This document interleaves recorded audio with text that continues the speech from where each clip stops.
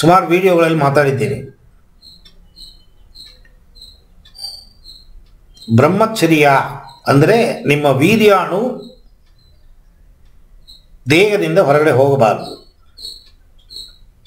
ಎಷ್ಟು ಅದನ್ನು ದೇಹದಲ್ಲಿ ಸಂಗ್ರಹ ಮಾಡ್ತೀರಾ, ನಿಮ್ಮ ಗಮನದಿಂದ, ನಿಮ್ಮ ಕಾನ್ಷಿಯಸ್ಸಿಂದ ಬಿಡುಗಡೆ ಆಗಬಾರ್ದು.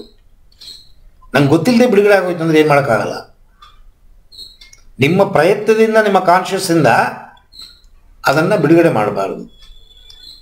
ಯಾಕೆ ಅದನ್ನು ಹೇಳ್ತಾರೆ ಅಂತಂದರೆ, ಇರೋದರಲ್ಲೇ ಅತಿ ಹೆಚ್ಚು ಉದ್ವೇಗವಿರುವ ಇಂದ್ರಿಯ ಅಂತಂದರೆ ಚರ್ಮ, ಅದಕ್ಕೆ ಸಂಬಂಧಪಟ್ಟಿದ್ದೇ ವೀರ್ಯಾಣು.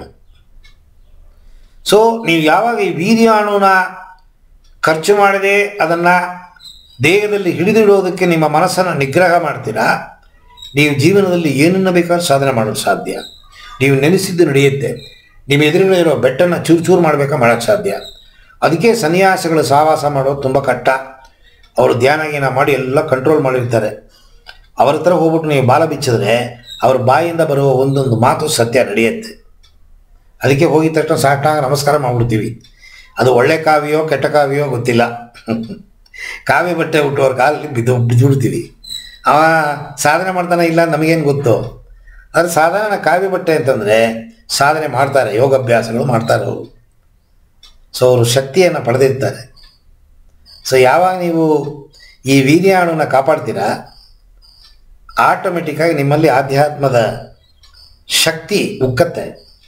ಆಧ್ಯಾತ್ಮದ ಶಕ್ತಿ ಉಕ್ಕಿದ್ರೇ ಕುಂಡಲಿನಿಯನ್ನು ಹೊರಗೆ ತೆಗೆಸಿ ಅದನ್ನು ಸೇಫ್ಟಿಯಾಗಿ ನಿಮ್ಮ ದೇಹದಿಂದ ಹೊರಗಡೆ ಬಿಡುಗಡೆ ಮಾಡಿ ಭಗವಂತನ ಜೊತೆಗೆ ಸೇರ್ಸಕ್ಕೆ ಸಾಧ್ಯ. ಬ್ರಹ್ಮಚರ್ಯವನ್ನು ಸಂಸಾರದಲ್ಲಿರೋರು ಪಾಲನೆ ಮಾಡೋಕ್ಕೆ ಸಾಧ್ಯವೇ? ನೆಕ್ಸ್ಟ್ ಪ್ರಶ್ನೆ. ಸಂಸಾರಿಗಳು ಸನ್ಯಾಸಿಗಳ ಥರ ಸಾಧನೆ ಮಾಡೋಕ್ಕೆ ಸಾಧ್ಯವಿಲ್ಲ. ಸಂಸಾರಿಗಳು ಸನ್ಯಾಸಿಗಳ ಥರ ಸಾಧನೆ ಮಾಡಬಾರದು. ಅದಕ್ಕೆ ಅವ್ರನ್ನ ಸನ್ಯಾಸಿ ಅಂತ ದೂರ ಮಾಡಿ ಕೂಡಿಸಿಟ್ಟಿರೋದು. ಸಂಸಾರದಲ್ಲಿರೋನಿಗೆ ಕರ್ಮ ಇದೆ. ಹೆಂಡತಿ ಕರ್ಮ, ಮಕ್ಕಳ ಕರ್ಮ, ತಂದೆ ಕರ್ಮ, ಸಮಾಜದ ಕರ್ಮ. ನಾನಾಗೆ ಬಯಸಿ ತಗೊಂಡಿದ್ದೀನಿ. ನನ್ನ ಕರ್ಮಾನುಸಾರ ನನಗೆ ಸಂಸಾರ ಜೀವನದ ಕರ್ಮ ನನಗೆ ಸಿಕ್ಕಿರುವಾಗ ನನ್ನ ಹೆಂಡತಿ ನನ್ನ ನಂಬಿ ಅವಳ ದೇಹವನ್ನು ನನಗೆ ಕೊಟ್ಟು ನನ್ನ ಜೊತೆಗೆ ಅವಳು ಬಾಳೋದ್ರಿಂದ ಅವಳ ಯೌವನದ ದಾಹವನ್ನು ನೀವು ತೀರಿಸಬೇಕಾಗಿದ್ದು ನಿಮ್ಮ ಧರ್ಮ. ಆದರೆ ನನ್ನ ಹೆಂಡತಿ ನನ್ನ ಪಕ್ಕದಲ್ಲಿದ್ದಾಳೆ, ನಾನು ತಾಲಿ ಕಟ್ಟಿದ್ದೀನಿ ಅಂತ ದಿನಕ್ಕೆ 2 ಸತಿ 3 ಸತಿ ಪಕ್ಕದಲ್ಲಿ ಮಲಗಬಾರ್ದು. ಏನೋ ಮದುವೆ ಆದ ವಸ್ತುರಲ್ಲಿ ಗೊತ್ತಾಗಲ್ಲ, ಹೊಸದಾಗಿರುತ್ತೆ, ಏನು ಗೊತ್ತಾಗೋದಿಲ್ಲ, ಬೇಕು ಬೇಕು ಬೇಕು ಅಂತ ಬಯಕೆ ಇರುತ್ತೆ. ಬಟ್ ಅದು ಲೈಫ್ ಲಾಂಗ್ ಕಂಟಿನ್ಯೂ ಆಗಬಾರ್ದು. ಆ ಶಿಸ್ತು ನಿಮ್ಮಲ್ಲಿ ಇದ್ದರೆ ಮಾತ್ರ ಜೀವನದಲ್ಲಿ ಸಾಧನೆ ಮಾಡೋಕ್ಕೆ ಸಾಧ್ಯ. ಯಾರು ಸೆಕ್ಸ್ ಒಳಗಡೆ ಬಿದ್ದೋಗ್ತಾರೆ ಅವರು ಜೀವನದಲ್ಲಿ ಸಾಧನೆ ಮಾಡೋಕ್ಕಾಗಲ್ಲ.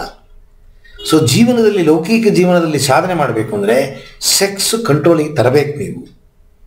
ಅದಕ್ಕಿಂತ ಸೆಕ್ಸನ್ನು ಬಿಟ್ಬಿಡು ಅಂತ ಹೇಳಲ್ಲ, ಕಂಟ್ರೋಲಿಗೆ ತರಬೇಕು ನೀವು. ಅದಕ್ಕೆ ಅಂತ ಕೆಲವು ದಿನಗಳು, ಕೆಲವು ವಾರಗಳನ್ನು ನಿಯಮಿತ ಮಾಡಿ ಆ ದಿನಗಳಲ್ಲಿ ಮಾತ್ರ ನಾವು ಸಂಭೋಗ ಇಟ್ಕೋಬೇಕು. ಸೊ ಬ್ರಹ್ಮಚರ್ಯವನ್ನು ಪರಿಪೂರ್ಣವಾಗಿ ನಾವು ಫಾಲೋ ಮಾಡೋಕ್ಕಾಗದೆ ಹೋದರೂ ಶಿಸ್ತಿಂದ ನಡ್ಕೊಂಡಾಗ ನಮಗೆ ಬೇಕಾಗಿರೋ ಆಧ್ಯಾತ್ಮ ಶಕ್ತಿಯನ್ನು ನಾವು ಸಂಸಾರ ಜೀವನದಲ್ಲಿ ಪಡಿಬೋದು.